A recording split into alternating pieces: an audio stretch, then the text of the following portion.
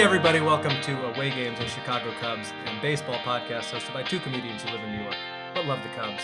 I am one of them. My name is Adam Mamwala, and I'm here with your favorite, Kevin McCaffrey. Oh, favorite something.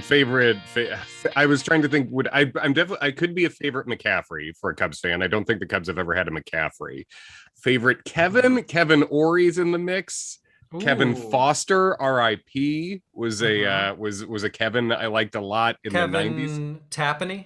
Kevin Tapani, that's a very good Cubs Kevin. Absolutely. I feel like I'm missing an obvious one. Well, we just got Kevin Alcantara in a trade for Anthony Rizzo, so a high-level prospect down on the farm. Are there any big Adams? Jason Adam, who, by the way, sort of Cubsy news, he took the mound again, which is a little surprising because of how devastating his ankle injury was. And this is where we are in this fucking season. I'm talking about Jason Adam, who's not even on the Cubs anymore, just because he shares a name with Adam, kind of. Is it possible that the only Cub I can think of was the guy who was basically Moonlight Graham, got one at bat, got beaned, and didn't play again? Adam Greenberg? Yeah, that's right.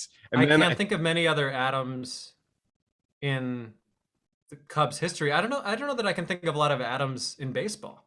Adam Jones was a big one. Yep. He was cool. But yeah, there's not a ton. So yes, I will take. Thank you for your favorite. I'll take favorite Cubs related McCaff. I think so. And you got to be the favorite Cubs related Mama Walla. You're absolutely that is certainly the case. Yes, I hope, unless Cubs fans are weirdly into my dad for reasons that are still unknown. If you are weirdly into Adam's dad, please follow us on Twitter at Away Games Pod and on Instagram at Away Games Pod, and tell us all of your favorite things about Adam's dad. Adam, did you watch a bunch of Cubs baseball this week? Are you really into the Cubs right now? I am not really into the Cubs right now, but I did watch. I watched a lot of the nicer moments of the weekend. I'll say it that way. I watched every reception that Kris Bryant got. I watched everything Friday. It made me deeply sad, especially juxtaposed with images of Javi and Rizzo hugging each other during the Subway Series in New York. Yeah. I watched Friday. I made sure, and it was a day game on Friday, which typically I think obviously day games are big for the Cubs historically. The biggest day game team, but also for guys like you and me who have our days open just job wise more than people do. It's I've always particularly enjoyed getting to just watch a day game in my house. But I realized this was the first time in a long time that I appointment set my alarm as to when a Cubs game was happening, so I would be watching it, and I wanted to see everything surrounding Kris Bryant's return with the Giants. And I mean, watching him talk beforehand, talk to the media and talk about how this place is no matter what, Chicago is home to him, and how he seems to be, at least publicly, giving up on a reunion less than anyone else. He went out of his way in the Giants dugout to say that he would consider it. Now, none of us expect this to happen because they would take the Cubs paying a high level player market value, and we need to see that happen before we believe it can happen again. But it just reminded me. It re-angered me about the corners of the fan base who, despite all evidence, have been well, Boris this, Boris that, Boris is his boss, when Kris Bryant has been an exceedingly interesting and candid and honest baseball player for so long, and has always told us that this is where he wanted to be, and then recently, I think he didn't even want to bring it up, but because Jed was spouting off, he said he was never made a serious extension offer after the offseason after 2016. So yeah, it was re-angering for all those reasons for me, I guess. And I don't know about you, but I feel like I've had to keep explaining to non-Cubs fans why they did what they did. Even other fairly large baseball fans have sometimes come to me with do you understand why it is that the Cubs did what they did at the trade deadline? And my answer has become, within the context of the situation that they set up for themselves, which was completely avoidable, it did make sense to trade those guys at the deadline because the team was not playing well. You want to get something for them. but there's absolutely no reason that the Cubs should have been in that position in the first place. That's kind of where I've landed on all of this. Yeah, it reminds me of if Adam and I, if you're new to the podcast, Adam and I, our day jobs were comedians, and there's a comedy, a comedy on Netflix. I think you should leave Tim Robinson's sketch show, and there's a sketch in there. It's become a meme where a guy in a hot dog outfit has crashed a hot dog car into a building, and everyone's like, who did this? And he walks out in a hot dog outfit. He's like, yeah, we're all looking for the guy who did this, when it's obviously the guy in the hot dog outfit. To me, that's Jed Hoyer, and that's the Cubs front office here, because they're like, yeah, we had to deal everyone away because the team got to a bad place in terms of performance and all, and no one was extended. And they're like, yeah, we were just dealing with the cards we were dealt. You dealt yourself the cards, motherfucker. You're the dealer. So it's very much that. It's the hot dog meme just going, we're all looking for the guy who did this. You did it. You don't get. I'll tell you what, I think you should leave is a real mood for the 2021 Cubs. Oh my God. Yeah. If we were doing one of those rundowns of like what show titles equal what year Cubs. Yeah. I think you should leave that is the Jed Hoyer philosophy if you're a good baseball player. Right. And the other thing too, and granted, like the Cubs 11 game losing streak happened with all of the core there. Like there's no getting around that. It did, absolutely. That happened. Yeah. It also was compounded by the fact that the Cubs traded Yu Darvish and basically have no pitching other than Kyle Hendricks. Mm-hmm. However, when you look at how the NL is right now, where it's very bizarre, like the top wild card right now is the Dodgers, who've won over 90 games already. Mm-hmm. But there could be, and likely will be, a 100 win wild card. Mm-hmm. And then the second wild card is going to be like, 84 wins probably. Absolutely. Which to me, I don't think that the Cubs should have gone all in or like traded 4 players when they were under 500 at the deadline. But you kind of feel like if they had held out, they actually could have had a shot at the second wild card, which I'm not saying they should have done. It makes me extra annoyed. Yeah, I think that's fair, because these things go in waves.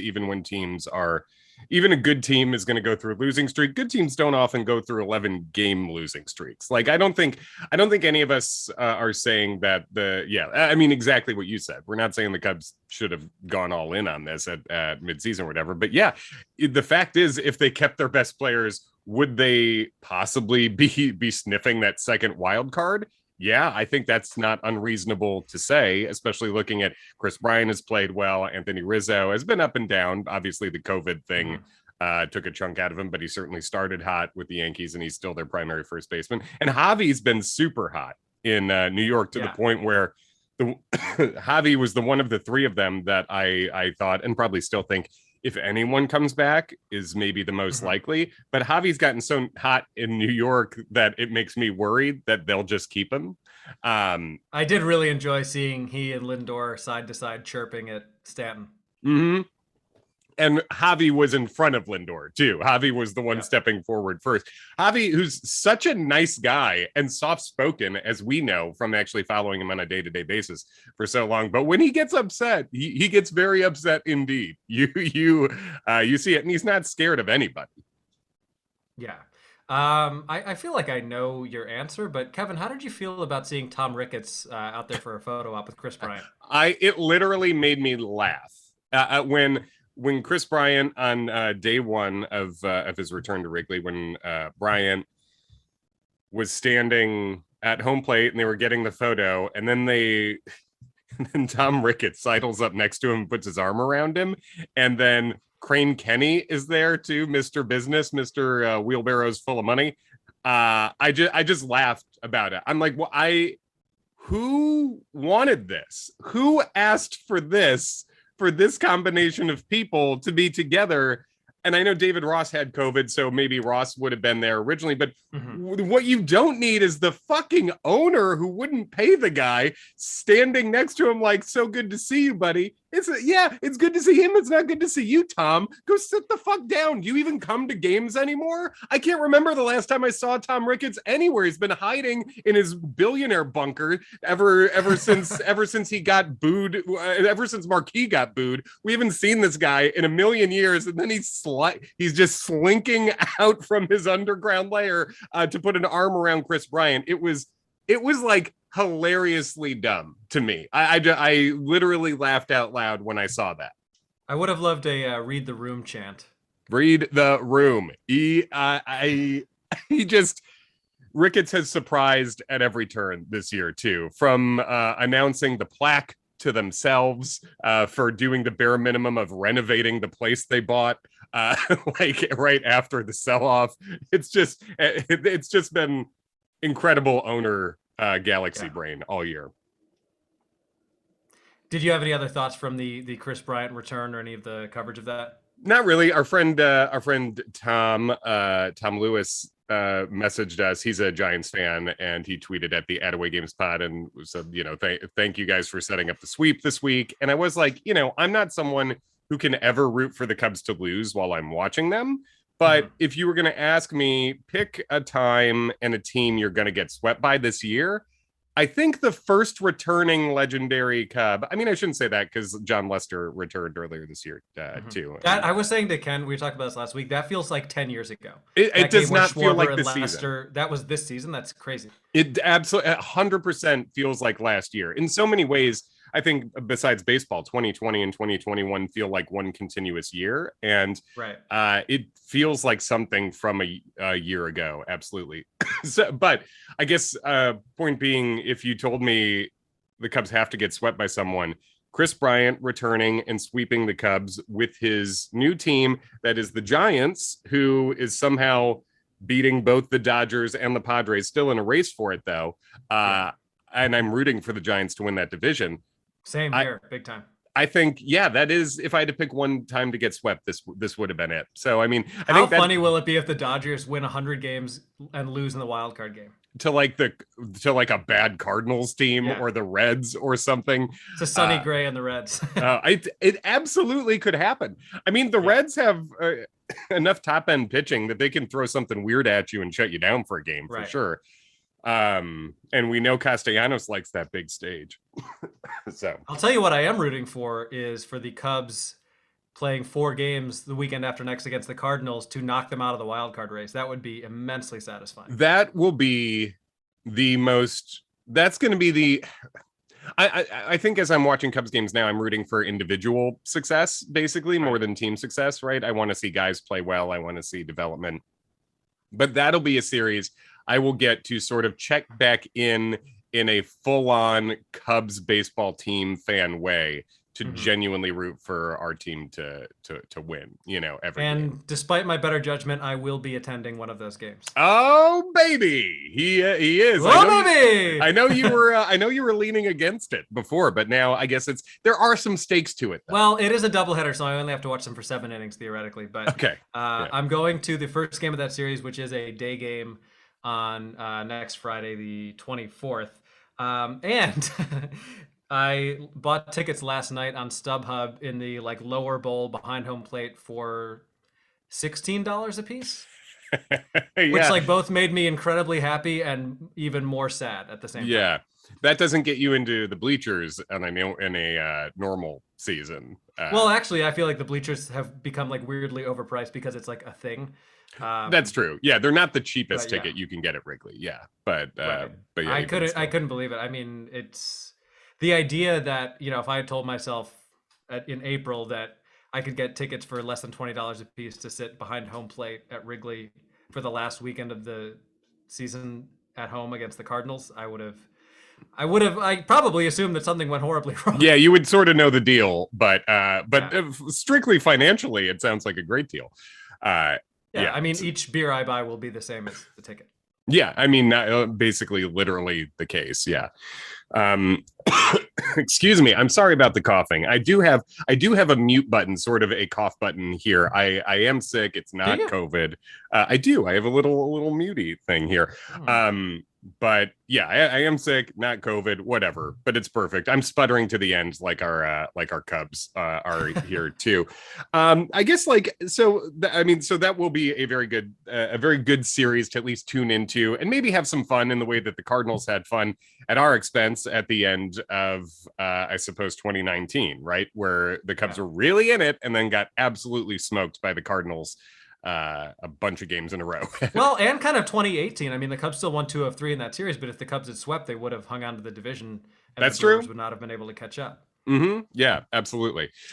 So that's something to look forward to within this year, which is nice because all the other looking forward tos for the Cubs, this are sort of more deeply into the future. I mean, I think a minimum into the off season, and then see how far further into the future you have to look after we see what happens in the off season.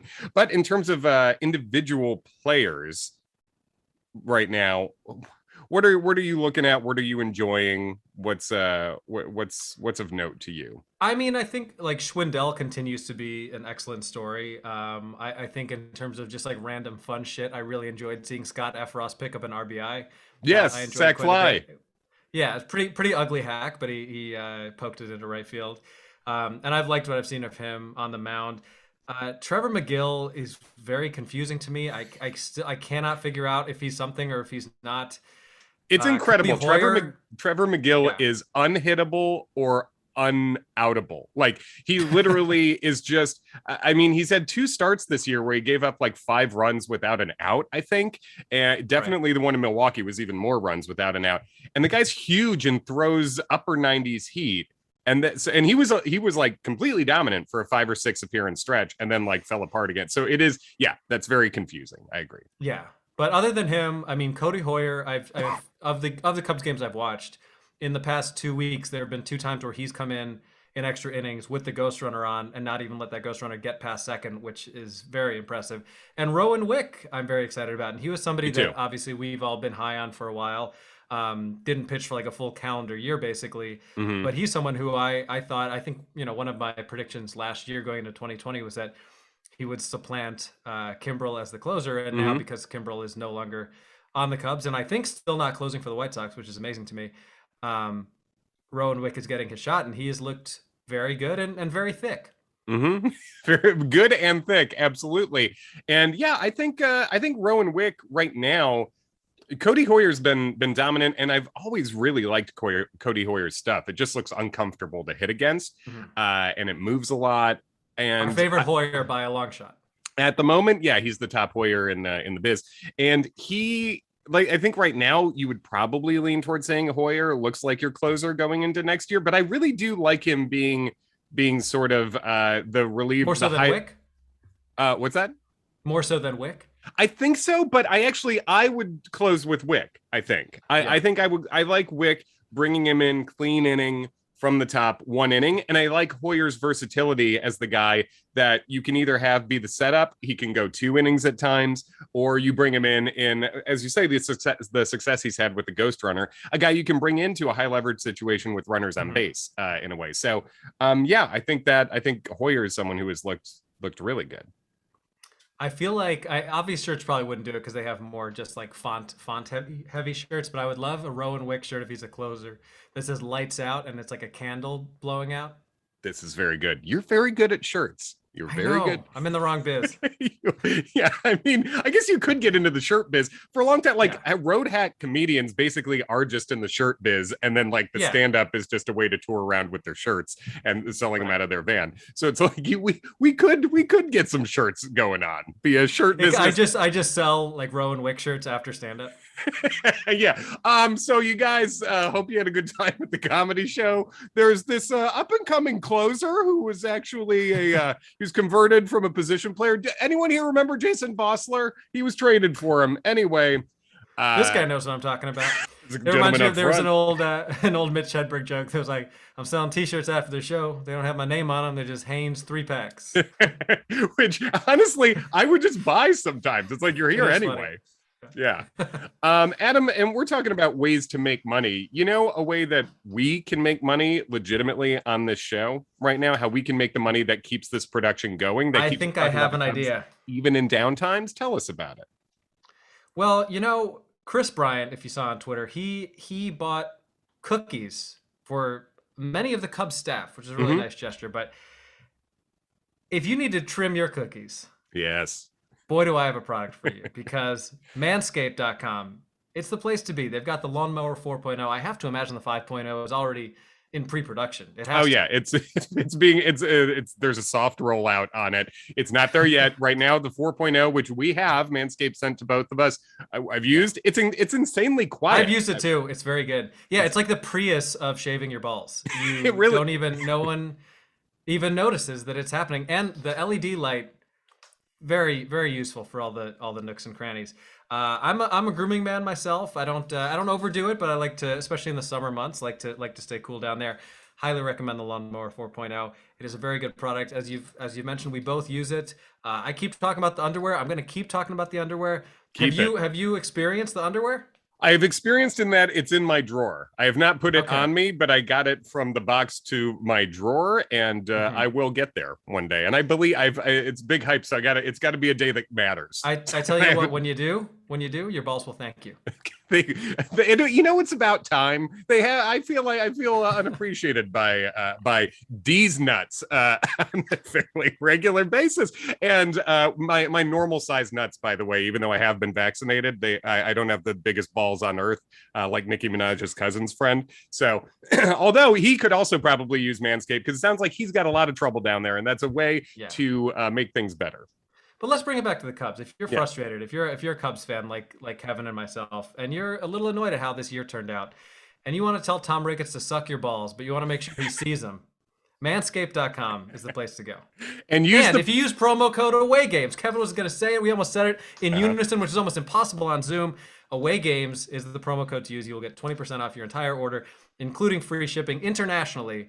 So wherever your balls may be, they will ship it to your. I don't know if this excludes any regions. Like I don't know if there's an exemption to like if you're in. Do they send them to Luxembourg? Probably they do. Who only knows? one way to find out. Show up for us, Luxembourg away games heads. I would love if we looked up our demographics and like half of our fans were in Luxembourg. We got some in England, so Nice. there's an English representation. So we've crossed the pond with I this like it. podcast. But in all honesty, we do appreciate the support. That is a tangible way that you can support the show. And support yourself. Use promo code away games. Yeah, support Promo code yourself. away games, 20% off, free shipping. And I don't want to use free shipping on Ian Happ. I want to keep Ian Happ here in Chicago. Ooh, he is hot. He is very hot. And I mean, there's also people on the internet who are mad when Ian Happ does well and are like, this is fake. I don't believe in it. I don't understand, because you guys have access to the internet. You can look at what he's done every year. He's a good offensive player. He had a terrible first half, but the second half also counts. And I know it's frustrating. It's frustrating for me too when you watch guys seem like they fix something and then completely break and then have to fix something again. And Ian has been a high peak, low valleys kind of player. But man, he has really fixed something over the last couple months here. He has. And I think the one thing that I guess I do understand when people criticize him is kind of the like, well, where was this earlier in the year? And I'm not saying that that means that he's not a good offensive player, because he is. But I will say that it is objectively true that if he were having the stretch he's had right now in the first half of the year, things could have played out very differently for the Cubs. And that's frustrating to think about. Yeah, I think that's it is frustrating to think about, and I think that's the frustrating nature of peaks and valleys of human performance, right? It's just like and sometimes that's why the best team doesn't win every year. Sometimes just the guys get hot at the right time. Most years the best team in baseball does not win the World Series. You can look that up too. The 2016 Cubs, however, were the best team in baseball by record and did win the World Series. So that was a time when justice was served. But I think it's the nice thing is that I've said this before too. As much as people, it's nice to get excited about a Frank Schwindel, a late breakout. Okay, yeah, I hope it's real too. And Schwindel's numbers, especially that he doesn't strike out much, that's very encouraging. And he's just continued to be good. So maybe that is real. That's great. But we talk about him and Ortega and guys and Patrick Wisdom. All these guys are older than Ian Happ, who has had success at the major league level. So when we talk about someone who might be a starting regular on a good Cubs team going forward, Ian Happ still is towards the top end of that possibility. And seeing him break back out, or just break back closer to even in the second half, has been really encouraging that way. And I am hoping that the Cubs don't non-tender him like they did Kyle Schwarber last year. I'm cautiously optimistic that they won't, because there's not a ton of players on the roster really of major league, Right. of a contending major league teams level. But yeah, it's been nice to see him and Frank Schwindel, who have been literally two of the just saw stat 15 best players and offensive players in baseball since the beginning of August. Yeah, I mean, if you look at Ian Happ's stats even a month ago, we were talking what, like certainly under 200 and maybe, 10 home runs. And now he's got, I think, what, 22, 23 home runs, Mm-hmm. certainly like well above 200 at this point. Yeah. And all in all, I mean, he certainly has back ended it, but like there's a very real possibility that Happ hits 25 plus home runs and ends up being like, I don't know, 240 batting Right. average with like a decent OBP because he takes, even when he's bad, he takes his walks. Yeah, and which is still, it's still an off year overall for Ian Happ. That's how bad the beginning of the year was. But the fact that that's an off year for Ian Happ means this is a good baseball player. And so that we have new names to be excited about. Obviously, that's all great. But one of the older names on this team, who's still not one of the older guys on this team, I think is someone to not forget. And his OPS plus, as it sits right now, is at 97, which means he's 3% worse than league average OPS plus wise right now, which again is not where he should be. Weighted runs created plus, he is right at 100 right now according to Fangraphs, which means dead on league average offensive production. Right. And weighted runs created plus for me is a better metric than OPS plus. So he's been an average offensive player this year. There's a higher ceiling in that, and I think as he's shown previously. So Hayward has been better offensively. I don't think anybody in the world saw a walk-off bomb coming there. Kind of an up and down week. He gets to hit a huge home run and then gets kneed in the head, but yeah, which sucks. Yeah, you don't like seeing him get injured there.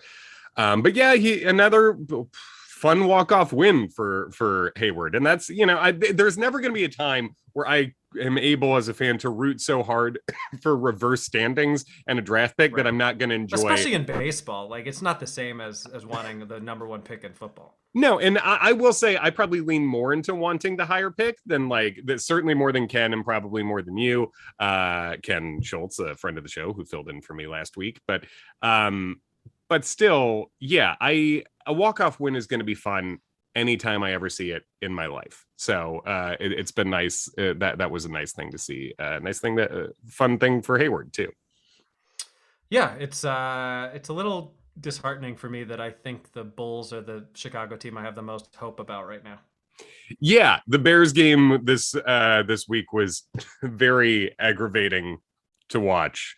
The defense was not good. They didn't cover anybody on any of the pass plays, which is a bad strategy. And then Matt Nagy decided to, with Andy Dalton under center, literally throw one pass longer than 10 yards. And interesting move, Cotton. We'll see if it pays off. Yeah, exactly. This is, some fucking wing tee mid 1950s high school offense. And Dalton was 0 for 1 on passes over 10 yards. So there's some cross sport stats, which I'm told there was a time where the Bears thrilled the nation with their T formation. So perhaps God, it looks like it's coming back, except not like the same sort of passing game you get out of a T formation, but from a 3 wide. So that's that's weird. This really is a time we could use some Bears and Bulls excitement too. Yeah, but I am excited to watch the end of the baseball season just as a baseball fan, because in both leagues the wild card is real spicy. It is real spicy, wild, you could even say, and it is it is nice that there is I'm a believer in a 1 wild card system as opposed to our current 2, but it is fun that there's a lot of teams that are still in it. Do you have any rooting interest or prediction? I continue to want the Mariners to make the playoffs. That is the number one team that I would like to see get in. I would love to see the Yankees not get in. I would also be kind of fine with the Red Sox not getting in, especially because they've been in it the whole year. Like, I would gladly take a Mariners Blue Jays wild card game. I think that would be a ton of fun. In the NL, obviously, I don't want the Cardinals to get that second spot. We know that whichever team doesn't win the West is going to get that first spot. Yeah. But yeah, give me the Reds in there. I guess who else is in the mix? The Phillies and Mets are kind of like hanging on a little bit. Yeah, I mean San Diego's still there. So Oh yeah, of course, yeah. San Just for Diego, that one game, San Diego, LA I possibility, think that would be pretty fun. to me that's the best baseball you're going to see is if it is San Diego LA and they hate each other, so that is what I'm rooting for. San Diego and St. Louis, as we record this, are both a half game back of Cincinnati for that second wild card spot, and the Phillies are 2.5 games back. Mets are 3.5 games back in the wild card right now. I So also feel like no one is talking about how good of a season Bryce Harper is having. no one, Bryce Harper's underrated, and he's been underrated for a couple of years now. And again, I continue to go back to the sliding doors moment for the Cubs when he wanted to come here, and they should have signed him, and they could have signed him, and they still wouldn't have been over the luxury tax even this year at the beginning if they did. And he's just good all the time. Bryce Harper has a genuine argument at MVP this year, and no one's talking about Bryce Harper. Which is surprising because the Phillies do have a shot at the playoffs. They're not a bad team. No, they're It's not. not like an Andre Dawson situation where like the Phillies are dog shit and he's having a really good year. Right, which is more of a Shohei Ohtani situation, I guess, in Yes. the American League, where the Angels have nothing but generational players every year, huge talents never before seen, and somehow are 8 games under 500 no matter what. So Right, and even Joe Madden apparently didn't make a difference. yeah, it's like, yeah, Rendon's been hurt and down, and Mike Trout being down all year, that hurts him. But they also sucked last year, So I don't, who knows what to say about that. But from an overall baseball perspective, yeah, I think as a baseball fan, it's going to be fun for me to be tuning into games, using my MLB.TV a little bit more the last week of the season. And I'm also using my MILB.TV to watch some Cubs prospect games as they wind things down. And Including Brennan Davis, right? Yeah, Brennan Davis called up to AAA. That's a little bit of Cubs news. And that seems sensible. AAA season goes a week or so longer than the other one, so that's just getting him more at bats in a season. He's been one of the youngest players in the league. Brennan has not faced a pitcher older than him, or excuse me, he has not faced the opposite. He has not faced a pitcher younger than him all season, thanks to our friend Greg Huss over at the Growing Cubs podcast for that stat. And he's had a great season. So Brennan's going up to AAA. He's going to finish the year there, almost surely start the season next year at AAA. And but I think if Brennan just continues as we expect, we will see him in Chicago before the end of next year. So that's cool. I think so too. Yeah, especially considering that he will almost certainly start at AAA. I guess maybe AA next year, but I wouldn't be surprised if he starts at AAA. Yeah, I think he's done enough in AA. I would just start him right in Iowa next year, and I think that would be that. I think that's the play. Yeah. And we'll see all the rest of the most exciting Cubs prospects in the early 2030s or whatever. So it'll be nice to, but it'll be very nice to see Brendan up there. And I guess we should also say, keeping an eye on Justin Steele, Adbert Alzolay, these guys who the young pitchers who, out of all these, and Keegan Thompson, another one, there's a chance we could see Corey Abbott popping up to take another start too, even though he's had a rough year in AAA.